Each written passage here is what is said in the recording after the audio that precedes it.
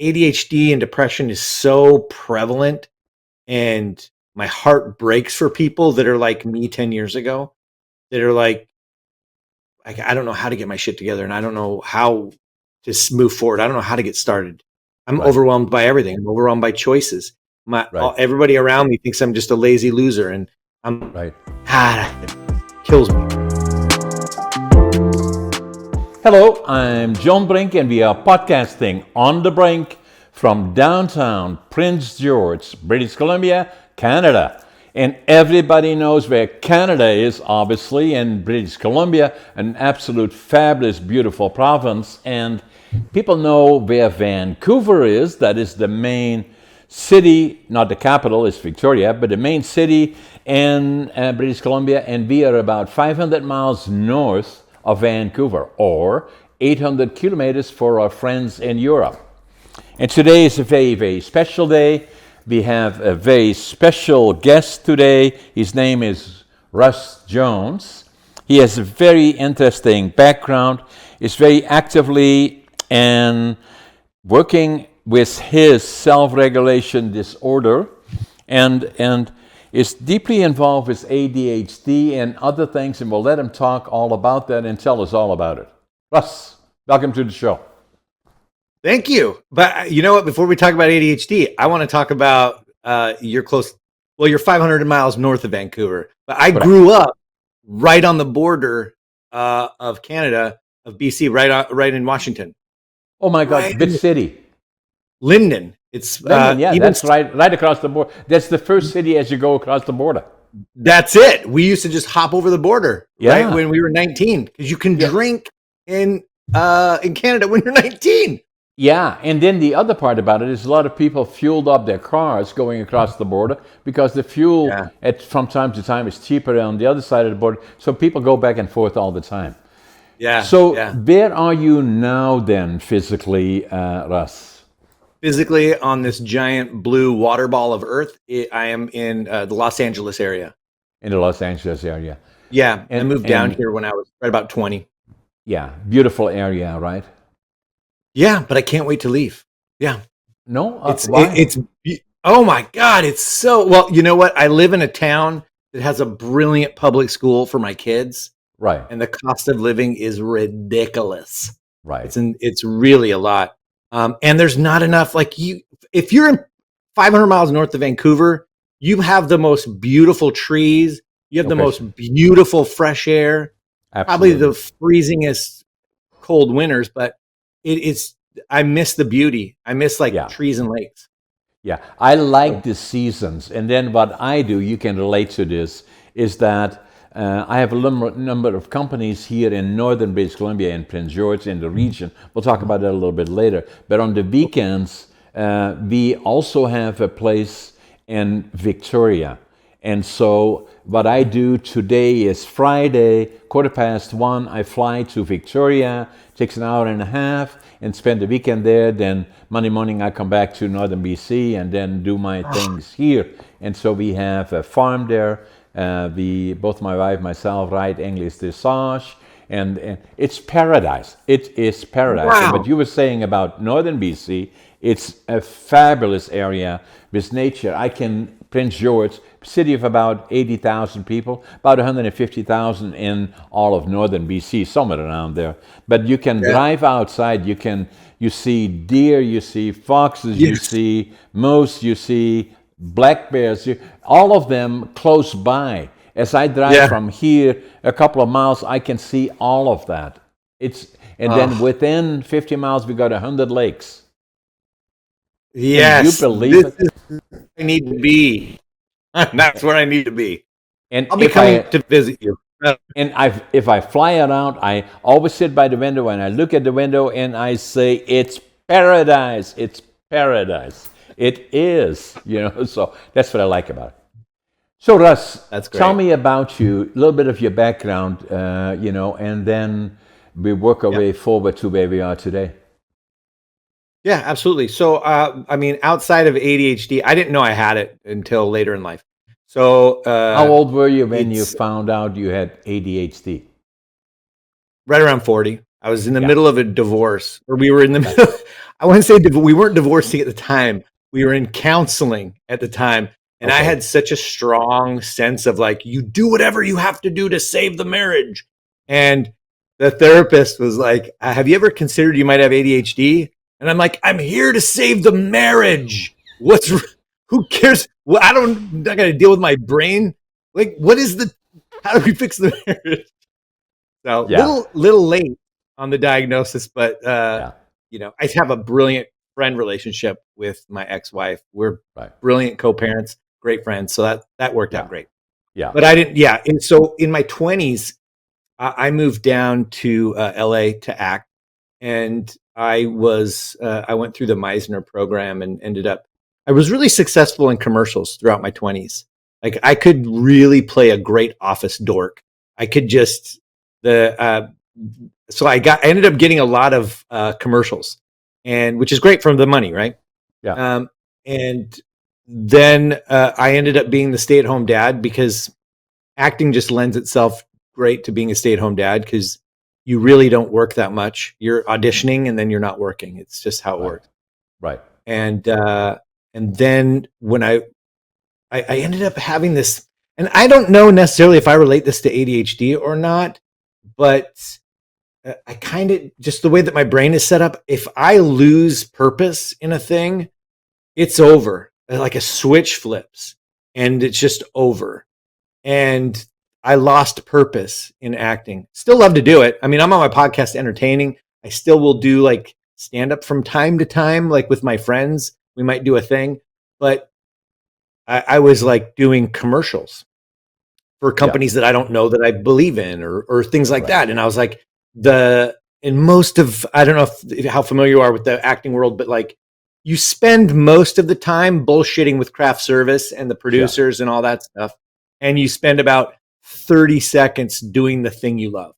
Yeah. And, and I was doing that for, I don't know, somebody I don't necessarily believe in or support, or I don't know. Right. They just gave me a big paycheck. Right. Um, so I lost it. And Yeah. that could Lost be part of interest. maybe a depression. Lost, Yeah. I would beyond lost interest. It was Yeah. like, I can't do this anymore. I'm not Yeah. allowed to. Yeah. And I ended up going into real estate. So, and that was purely because I never finished college. And I was like, I'm a really smart person. So I can like, how hard is it to get a real estate license? Not very hard. You study hard for 3 months and you get your license, you So know?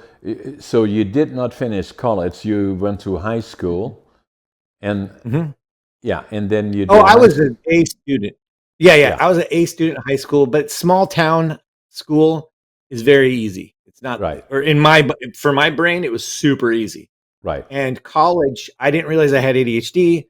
I didn't realize how important imposed structure from your family dynamic is. So when I go off to college and I'm off on my own and I have no structure, I aced all my acting classes. Good for me. And math I was really naturally good at, so it held interest. Everything else went from being an A student to just it tanked. And so in my head, I'm like, well, I think this is my sign from the universe that I need to be an actor because clearly I'm great at doing acting stuff, So I didn't realize, and that was kind of one of my regrets. Hindsight was like, gosh, if only I had structure back then, I might have been able to move my needle forward appropriately, or like throughout the finished school. So then you started acting was something that was a dream of you, what you wanted to Mhm. do. So where did you Oh go yeah. to acquire the skill sets required to know about acting and how you go about studying it? Oh, honestly, like well, I have opinions about that. I mean, I was acting throughout my grade school. I was in all the school performances, and I made movies with my friends all the time. Right. And so we were always with the big clunky video recorders of our time. Yeah. And so um, so I was always acting. What I ended up doing is, and I'm a sponge for knowledge. So I was reading like Stella Adler, Uta Hagen, Stanislavski, and Sanford Meisner was the book that really I really gelled with that thought process of learning to live truthfully under the given imaginary circumstances. And I found the Meisner Center in LA, and I joined. And what is the And so, Meisner Center? What does it do? well, the Meisner Center, it was based on Sandy Meisner. Sanford Meisner was an acting coach of years and years and years ago. Right. And he had a methodology, I would imagine, just has all like, there's method acting, and then there's imagination acting, Mamet style, or there's all Right. kinds of, I guess, styles or ways of Right. approaching the craft. Right. And I really resonated with Sanford Meisner's approach, Right. which was just be truthful in these imaginary circumstances. And you use that then in a CV in terms of saying, "Hey, movie producer, my name is Russ Jones. I have a degree from the Meisner Institute, so that will qualify me for possibly being considered a candidate." No, no, that's not No. really how it works. Okay. It's just the education is on your own. You do it. No, there's no degree. There's Yes. just, did you learn? Can you do it? And then you get auditions, and then you perform in the audition, and they Yeah. say whether or not you're going to get it. But yeah, and that was a good, probably like 15 years, maybe 20s into my early 30s, something like that. So what were you good at then? Did you look good? Were you a good communicator? Or what made you attractive as an actor? It wasn't my looks. I will be. Well, I guess I looked like a good office dork. I looked, and you know what? I'm Exactly. not afraid to go big. So Right. I would go big. And I think commercial lends itself to a broader style of acting, of like, going, really, I'm really into this pizza, or whatever it Yeah, is. yeah, yeah. So, So that happened, and then you went into acting, and then what happened after that? You uh, said all I of a might even, sudden, I yeah, don't want it anymore, so I'm gonna do yeah. something different. God, you know what? The more I think about it, the more I'm like, maybe I had a depressive episode at that point, because I'm Right. diagnosed. I got diagnosed like in my 40s with ADHD, Yeah. the predominantly inattentive type, and depressive disorder. Yeah. And so maybe I was in a depressive episode or something, and I was like, nothing Yeah. makes sense. This is worthless, and this is hopeless. Maybe Right. that's what it was, but it never came back. So Right. so then real estate seemed to be something that I could do, Right. without having to go back to school and get a degree and Right. keep them. I don't know that I have ADHD still. I'm just, let's, what's the easiest thing I can do to go make some money? Right. Um, and real estate seemed to be it. And I'm a people person. I like Right. talking to people. So Yeah. I did And that so you for became probably quite 4 or 5 years. successful. Yeah, you became very successful in real estate. So how old were you then when you were still doing that? Are you still doing that today? No, no, not at all. And I think for me, it was that and this will lend itself to ADHD Big Brother, the thing that I'm into. Yeah. I've done a lot of things. I've had a lot of different, I wrote a potty training book. Um, I get into, they call it a hyper focus, right? Or I just Yeah. get these strong urges and needs to do a thing. Right. And, um, I forgot what I was going to say about that, but Yeah, the the Big Brother. Yeah. real estate died when COVID hit. So when Yeah. COVID hit and all my clients went away, I was like, this is not the thing that I want to be doing. This No. is not going to work out for me. And I started just helping people. At that point, I had social media. I don't have social media anymore, but at that time, I had a Facebook account, and I was doing just doing videos, being silly and Yeah. being encouraging and motivating to people to be like, this is a slog that we're going through. It sucks, but is there a way that we can get our shit together while we're still in this clunkiness of COVID? Right. And what ended up happening was it was really resonating with a couple people, and I got diagnosed with ADHD, And so as most people with ADHD, the second you're diagnosed, you dive down a rabbit hole of psychoeducation. You like read all the books. You start listening to YouTube videos and podcasts, and you become an expert at ADHD. Just Right. everybody. But you're still not doing any of the work. You're still but you still don't have your shit together. Right. So I was like, how can I help? And so I started podcasting, and people were like, you gotta get a YouTube channel, man. Just do it on YouTube. And I'm like, I don't want to deal with how I look. I don't want to deal with editing video. The podcasting was the way to go. And some of that was also through a book that I'd written called Careergasm. I'll shout out Sarah Vermont every single time I'm out, because that book basically helped me to find a purpose, my purpose that sticks. That is, Okay. what is the purpose behind all my purposes? What is the big deal for me? Right. And for me, it was being of service to people, being some kind of a helper. And ADHD and depression is so prevalent, and my heart breaks for people that are like me 10 years ago, that are like, I don't know how to get my shit together, and I don't know how to move forward. I don't know how to get started. I'm Right. overwhelmed by everything. I'm overwhelmed by choices. Right. Everybody around me thinks I'm just a lazy loser, and Right.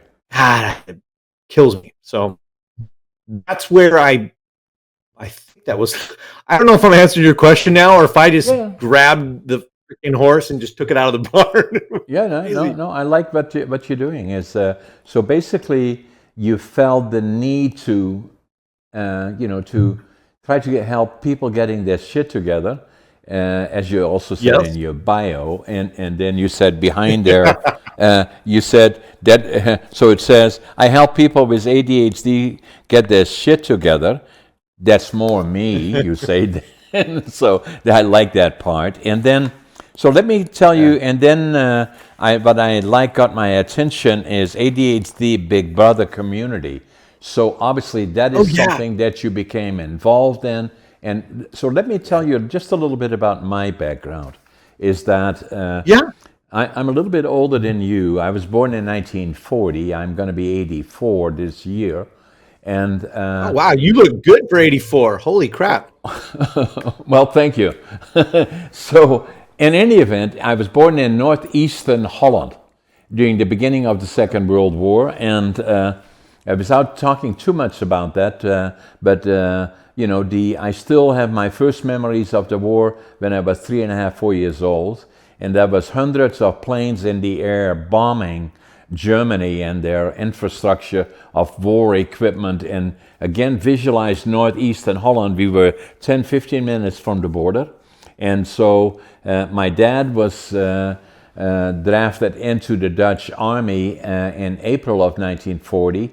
They were just married, my parents. They were in 1938, they were in love, and they were building a family very quickly. They had a son and a daughter, and then I came along in 1940. But then all of a sudden the whole world changed for them. He was drafted into the Dutch army, and then the last they heard from him, that Rotterdam was bombed, and thousands of people died. So for the next 5 years, they wouldn't know if he had survived or not. Things were tough then for my mom with 3 little kids.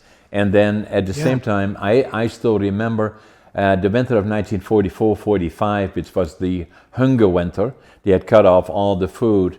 So the 3 of us, the kids, every morning we would go with gunny sacks into the railroad yards, pick up anything edible and burnable. And then I can still now, even after 80 years, still feel the feeling of hunger. And then the other one, it was the coldest winter on record. I still can feel the cold. We had a little room in the house that we could heat, and we sat around the heater. And then I remember the liberation of Holland was by the Canadian armies, and in particular in the northeast, our city was liberated by the Canadians April the 12th, 1945. It made such an impression on me that I always knew from that point forward I would go to the land of my heroes, Canada. And so I was going to go when I was 17. My parents wouldn't let me then. Then I was drafted into the Air Force, and then finally I went to Canada when I was 23. But in the meantime, when they were liberating our part of Holland, we saw far too much that we should not have seen. People getting shot, dead bodies, all that kind of stuff.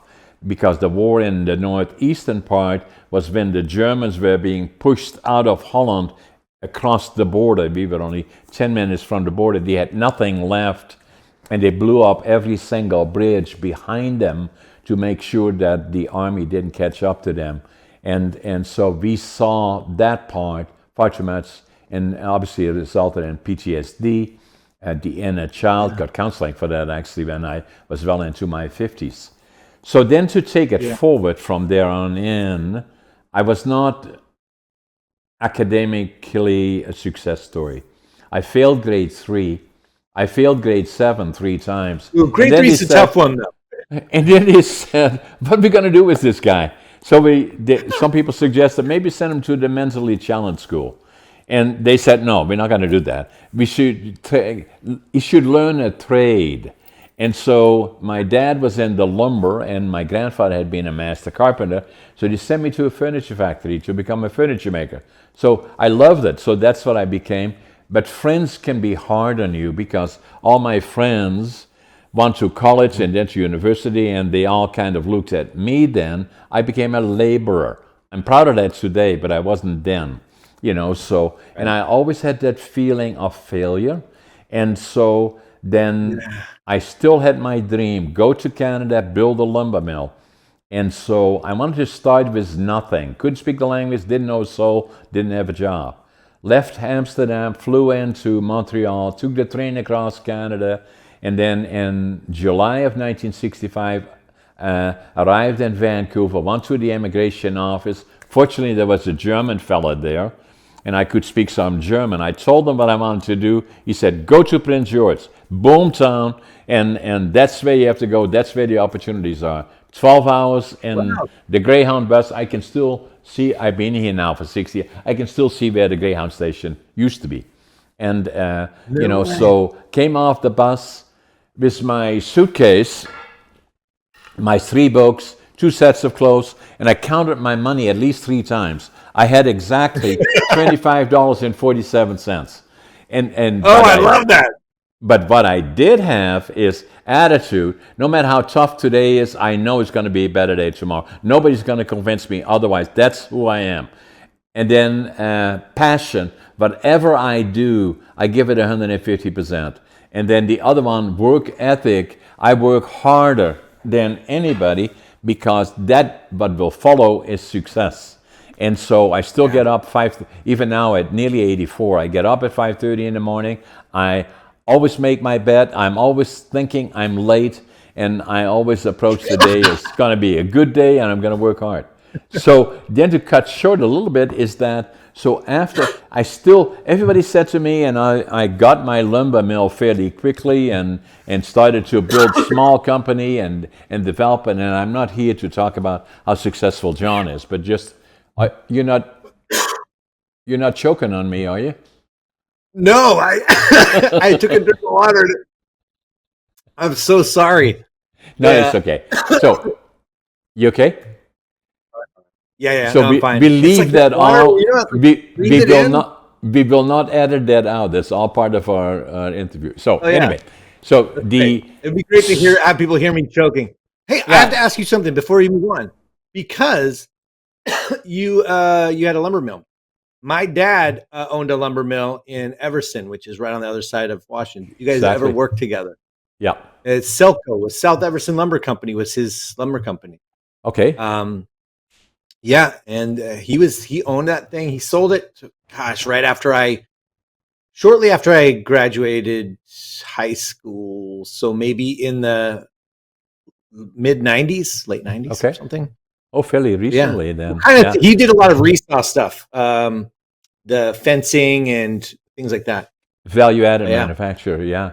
So so the industry knows each other. But so for me, I started with a very little small company, 3 employees, and then build it up. And so now we have a mill here, 2 or 3 different mills, and then I do some other things. We have 3 silos actually. The one is lumber, the other one is warehousing, distribution, and logistics. Oh. The other one is real estate, residential, commercial, and industrial.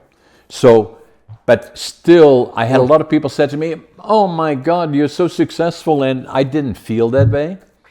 And it took me 32 years. In 1997, and I walked into a store here, and I found a book, and the title of the book was "Driven to Distraction," written by Dr. Halliwell. Yeah. And Yeah. so, and I had no idea what it was about. Read that book, and it was about ADHD. And I said, "Oh my God, that's me." And so I wrote in the book in Dutch because I was ashamed of it. Now I finally know who I am.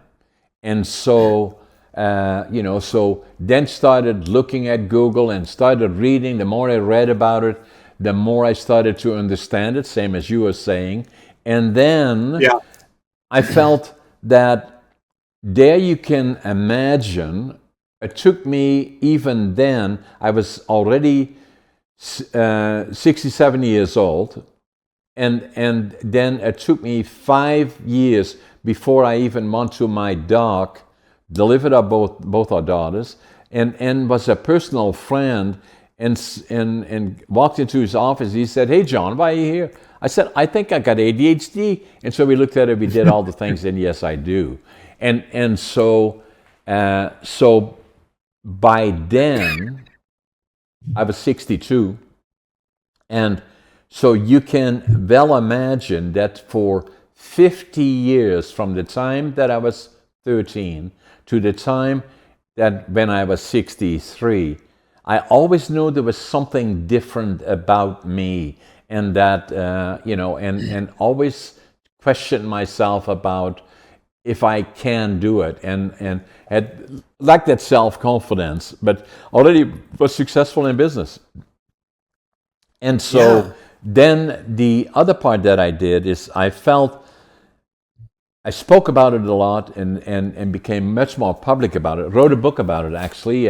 The book is here, ADHD Unlocked. And I will send you a copy of this one. Oh, and I will sign it for you.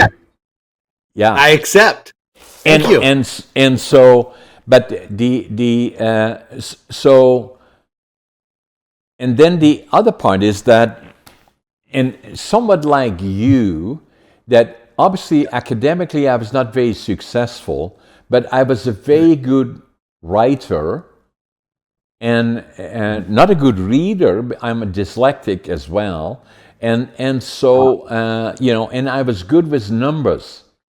And so, if I look at today, then, and after I was diagnosed, it kind of changed my world, as it did you. And so I started to talk about it more. I wrote another book, is that kind of lays out Against All Odds, and and writing books is not easy. I will send you a copy of that one too, and I will sign it for you, Russ. Is that writing books is not easy. A library here. Yeah, I have 3 or 4. So that one I will send to you and sign for you. It's all about the ups and downs. And then the other one that you will get some attention is that I'm also into, at now nearly 84. I got another book coming out here in the next 2 weeks, and you find this one interesting. Is Living Young, Dying Old, and that's a picture of me. I'm also into bodybuilding and physique. I'm the oldest bodybuilder in North America, actually, and I'm getting ready for the Arnold's when I'm in 2025. So what the heck? Yeah. So, but it's That's all, awesome. and people say That's to me, cool. "How do you do all this stuff? You know, you write the books, you be an Yeah. in-demand public speaker, and you have all these companies. How do you do it?" I say ADHD. That's how I do it. Now, What? How are you doing that? Well, here's the question that I would ask for you, because that's amazing. Uh, First of all, the thing that I would be super interested in, and I am interested in, is your structure. So because that tends to be the people that I have the most experience with would be um, the people that are so debilitated by lack of structure and lack of the ability to move forward. So you would be a shining example. Like, what is the secret? You would be something that we could all learn from in terms of if you're bodybuilding, you're writing, and you're managing company, and you're doing all that stuff. Something is you have something locked in. Uh, what is it? Is it like the throughout your day? How do you do the things that you say you're going to do? I like the question. Let me first say this: is what Mm-hmm. changed my life is coming to Canada. Mm-hmm. Secondly, in knowing that I can build on my own without the formal education, without the college, the universities, but I have that ability to see forward. That is something that most people don't have. I'm very good entrepreneurial. I already was that when I was a kid, always doing something to Oh. make a few dollars. And then that Yeah, has been yeah. my success here. I'm a hard worker and I have the vision. I'm very good in the lumber industry, obviously, but also in other things. Let me add one more thing to it that you may find interesting is that Driven to Distraction, written by Dr. Halliwell, who has written 18 books, 5 on distraction issues, who is Mhm. a doctorate, very well known globally, and Mhm. he is ADHD. And Mhm. so you are podcast number 272. Dr. Halliwell, I podcasted him in my podcast 203. It's on all the major medias. John, There he is. yeah, Yeah. jonabrink.com. And that is Dr. Halliwell. And so, Mhm. and so when I had a discussion with him about, he wrote that book that I picked up, Driven to Distraction, is that in 2003. I bought it in 2007, and then talking to him about it is saying that I believe. Initially, I thought that 8% maybe of the population ADHD benefiting from or liability. It's not a liability in my mind. And then and then the more I read about it, the more I looked at Google, I said it's much higher than that. So I thought it would probably be around 20% or more. So I talked to Dr. Halliwell, suggested that to him. He said, "No, John, it's more than 25%." Interesting. I agree with them. The other thing that I said from my experience and being involved in industry and a lot of other organizations where I'm involved in is that most of the people that are successful as entrepreneurs or CEO, I believe, and the operative is successful, I believe that at least 50% of them, I suggested to Dr. Halliwell, ADHD. He said, "No, John, more than 75%. I believe that as well." Yeah. So That track. then it comes to your question in terms of, so I suggest to our listeners, both yours and mine, to check on our podcast number 203 and the podcast with Dr. Halliwell, very interesting. And Mhm. then coming back to what you said in terms of structure, how do you do it, is that I'm very good, very from a very early age. Let me bring us back to another one. I have a lot of people saying to me, and I do a lot of presenting and make presentations, and saying to me, Are you still troubled by the fact that you failed grade 7 3 times? I say yes, I do. I'm still, even today, very troubled by it. And they say, really? Yeah. I said, really? I should have left earlier. So, so the Yeah. point that I'm making, Russ, is that I then started focusing on entrepreneurship and working in the lumber as a furniture maker in the factory. At nights, go to school and became a furniture maker. But in the meantime, what I did is that I saw any presentations of successful entrepreneurs. I would go far and wide to either listen to them or go there to what made these people click, what made them successful. And I wanted to know that because that's exactly where I wanted to go. And so the other part would be a fair question, that if you said to me, okay, there you arrived in July of 1965, you had 3 books, 2 sets of clothes, and a suitcase. What were the 3 books that you had, John? Well, then I would say the first one was Management by Drucker in Dutch. And the second one was Logical Thinking in Dutch. And the third one was about Canada. And so those were the books.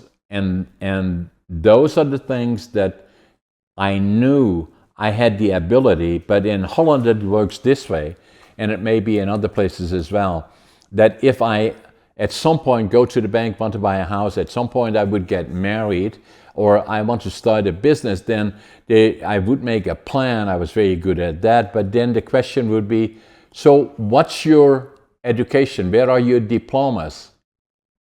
Well, I don't have any. And so when I went to Canada, nobody asked me that question. And so I just did it on my own. I worked hard as long as I could, 24/7, as long as I could stay awake for the first 30 years. But I had the expertise of hands-on knowledge of how do you operate factories. And I had exposure to that already in Holland, and seeing how does that make you click. And so I believe strategically, I'm a very good planner. Looking forward, I want to know what happens in the next 5, 10, 15, 20 years. That's what I'm doing every day. I think forward.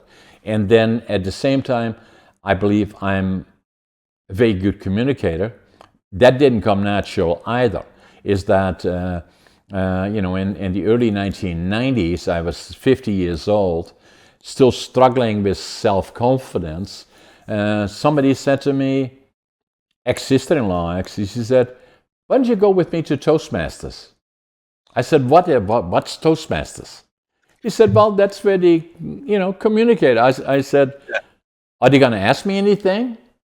He said, no. I said, okay, as long as because I was not good. I could talk maybe to one-on-one, but in my company with 3 or 4 people, but not outside of that. I was too self-conscious. So I went down there and I was in the first meeting, and then in the middle of the meeting, somebody says, hey, John, tell us about you. I said, oh, forget it. I never go back here.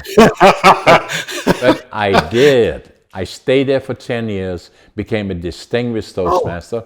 And so today, I know I'm a very, very good presenter and in-demand keynote speaker. And so Amazing. that part changed my life. And that gave me, more than anything, self-confidence. That's amazing. Now I'm going to interview you right now. What do you in the moment? So you're a great planner. You can see the future. You can move forward. How do you do the shitty task of the day? How do you ever have that where like I'm not up for this. I don't feel it. No, I love it, but I do. You see, my so objective. you're doing the thing you love. Yeah, I'm trying to find what's the piece. I'm very good at making something work, and then I know from my experience that a business, I have to make it boringly consistent in terms of producing results. Well, once I make it boringly consistent, I get bored. So then I find something else. either other businesses or do something else, or for that matter, podcasting. Or writing books. That's why I write the books. That's why I do public speaking. That's why I podcast and around the world on all kinds of different topics. But my business, I want to get it to the point where it is boringly consistent. I'm not very good at boringly consistent because I'm ADHD. I'm always solving problems. I need that stimulus to find that that it needs my super. I say ADHD is a superpower.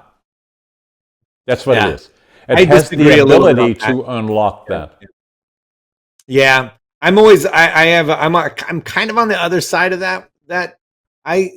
There are aspects of ADHD that really I can do brilliantly. Like they used to call me First Draft Jones because when I was in a sketch comedy troupe, I could see a comedic sketch and I would write the finished draft. I'd just and it'd be done. Bink, and it's funny and it works. But I've been so debilitated by it, so I get really oppositional to superpower. I'm like, it feels like Superman, great superpower, but he's got kryptonite on his neck, so you never know when it's going to flare up and cause you to crash. I'm like, ugh. I have a question for you because you're obviously way far down the mountain than I am, and I'm sort of in the baby beginnings of a thing. And for me, it's the getting lost in the what is the thing that I should be planning, or sometimes that's the struggle for me, is like I know where my heart is at and I know what I'm meant to be doing and what I want to be doing. How do you think? How do you feel? I'm like, how do you think, John? How do you future think when you don't know what that journey will look like? That boggles my mind. So let me say this, Russ. Those are very good questions. Is that I know first and foremost I have to stay. I'm nearly 84, so I have to try to stay fit and healthy. So I have to understand that process. It took me, I think I was 58, when I had a case of diverticulitis that nearly killed me. It was a rupture of the colon, and then you have a limited amount of time to get it fixed. Otherwise, it's going to kill you. And so I came that close. So then my wife is a vegetarian and has been preaching to me over all the years, but I was not an overly good listener. But then I knew I had to change something. So I wanted to do two things. A, look at my diet, and then the other one, go to the gym, get my body in shape.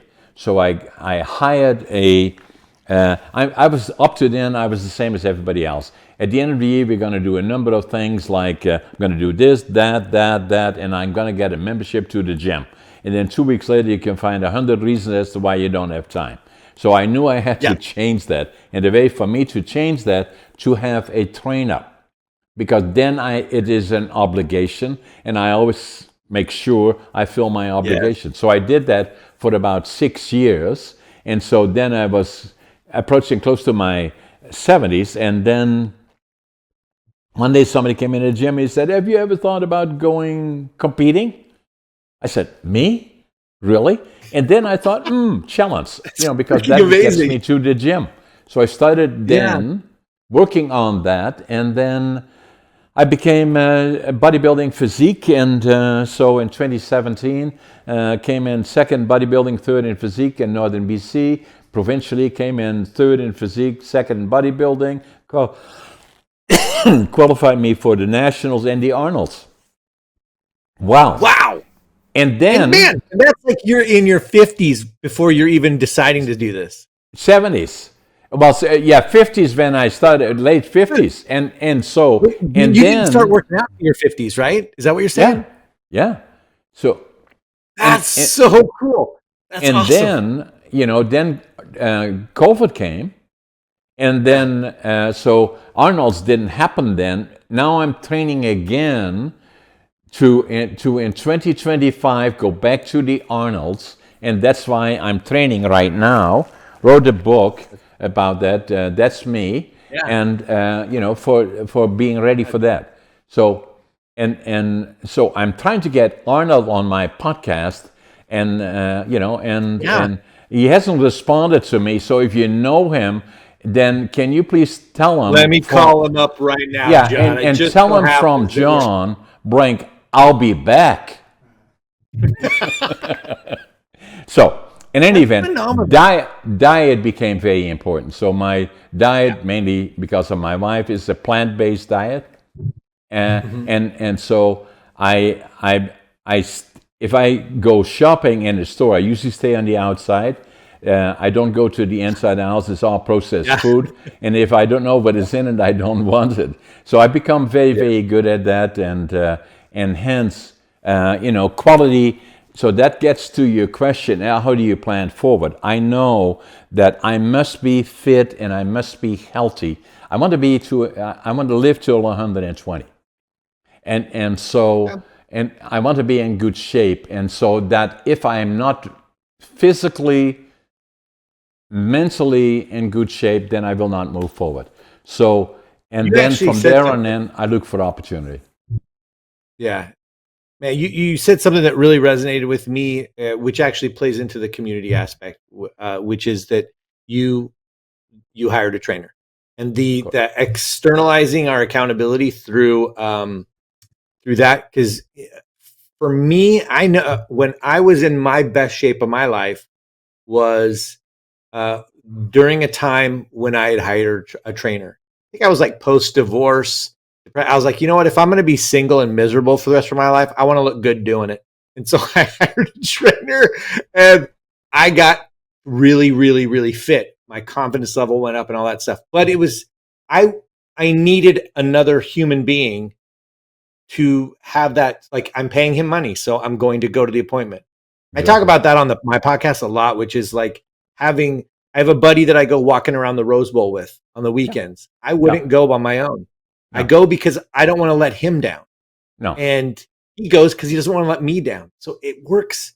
Yeah. That's No question. brilliant for our type of brain in my mind. I Yeah. mean, it's good for everybody, but there's something about ADHD where if it's that whole thing that where it's like we have interest wired brains, they're not importance wired. That's why I'm fascinated by your ability, like the normies that I call them, like the people that have the neurotypical brains can go, this is something that's important.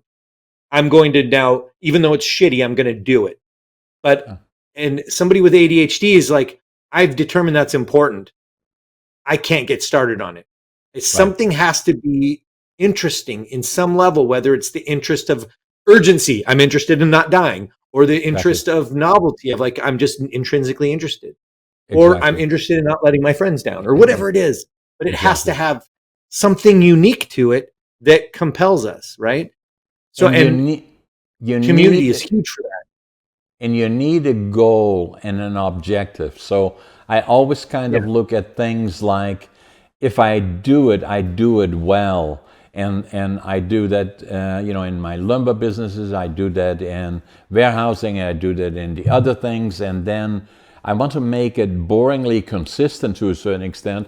That's why I'm writing books, because it keeps me active. That's why I'm Yeah. podcasting. And I take all of that very, very serious. And Yeah. and I think, talking about podcasting, is that, can you imagine, when I first, and you probably to a certain extent did the same, is that I started already with this blogging to a certain extent, well before 4 or 5 years ago. And then from there, and then started working with a local television provider, and doing some regional uh, podcasting. It was not called podcasting then, but interacting. And then Yeah. from there on in, COVID came and saying, what will we do now? And so, well, then we got together about it, me and my team, and saying, well, why not use the apartment that I had already where we are now, turn it into a studio, and then we can do it ourselves, because we couldn't do it anymore at the television studio because of Right. COVID. And so we started doing that. That worked, and then very quickly we ran out of, where do we find our guests? And then the more we started thinking about it, I thought maybe I need another studio in Vancouver. Well, that takes me time to go there for that reason alone. And then saying, the more I saw the televisions, ABC, CNN, and all the other ones, I see more and more one, two, three different people on the same screen interacting and saying, maybe what we'll do it virtual. And then we signed on with Spotmatch that have done a great job. And then from there on in started podcasting globally, which we do now.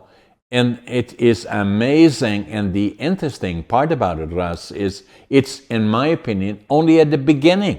It's just only starting. Immensely powerful, amazing platform to work on with interesting opportunities that I know you already are looking at. Hence your Big Brother community initiative, and you should talk about that a little bit. But I see that as huge opportunities. So all those things are keeping me busy and active, and I like to do what we are doing. I don't spend a week preparing for one podcast, and I'm doing it. I like to have interactivity, and I love podcasting. It's super fun. I like that. I don't typically have guests on because mine are ADHD episodes. They're super, super short. Or if I do have people on, it's literally like, what's the thing that we're going to fix with ADHD? I think you could come on and talk about something. You've got a shitload of things you could be talking about. But like the thing that I think I found the most inadvertently through the process, like so doing the podcast, and I'm on 140 something or other right now. I've been podcasting for about 4 years, but it's when I became, to your word, boringly consistent. It's not really boring right now, but it's every Monday there's an episode, right? There's a consistent episode every single Monday. When I started doing that, things started happening, right? Yeah. I do coach people, but my heart is in accountability. Like there's so many communities out there. I'm going to start proselytizing my community, but let me just say this. I'm going to proselytize community in general. I'll just tell you the one that I built. But for ADHD, that aspect, hiring a trainer, having a friend, having a family member, people that are supportive that you can work with for the reason of getting your shit together, right? I noticed that there's so much out there for ADHD in terms of like a group hug and just like, it's relatable and I'm having a crappy day and nobody gets me. And that's there and that's real and that's helpful. But I'm like, but where's the doing? Where's the thing where we actually do our fucking laundry or we do our, like the dishes or we do the things in life, the goals that we're setting and we're actually moving towards them? Because none of us are doing that. And we'll go to like a therapy appointment. It'll be brilliant. And we won't do any of the work. And then we'll show up the next week to our therapy appointment and it'll be great. And we won't do any of the work. Or we'll read a book that's got amazing advice in it. And we won't do any of the work because we forgot chapter 1 as soon as we got to chapter 2. So I'm like, there needs to be a place for that. Yeah. So I built the community and it was literally just me at the beginning. Yeah. Holding myself accountable, trying to, here's what we're doing. And it's become a thing where people are actually doing the things that they say they're going to do. And I'm doubling down on the fact that a huge component of that is gamification. How do we make the crappy things in life somewhat fun? And you don't have to make the crappy thing fun, but if we kind of make a game out of it. And John, this is the kind of a running joke for me right now, but like I invented a game and it was based on, in our community, we had this thing, it's a community challenge where we're going to, hey, let's create games to form habits and to do things, right? And we'll all meet up on Zoom and we'll talk about it. And so I created a game. Most games, like card games, it's like the play time is about 30 minutes, right? Yeah. The play time for my game is 1 year, and it's a card game, and it's called Gold Diggers. What I've got, it's a long-term goal game where you give yourself these fake money playing cards for time spent towards your long-term goal. It's kind of like a silly thing. My community just jumped on it. Yeah. We are now all playing Gold Digger, and every day people are reporting how much money they have in fake Gold Digger money. But Yeah.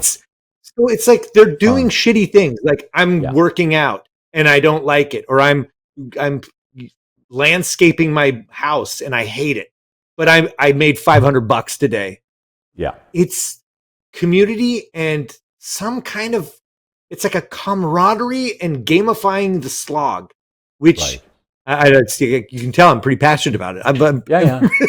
I feel very strongly about it because it's working. I'm like, that's what was missing. I Anyway, sorry, agree. that'll be a ramble. Yeah.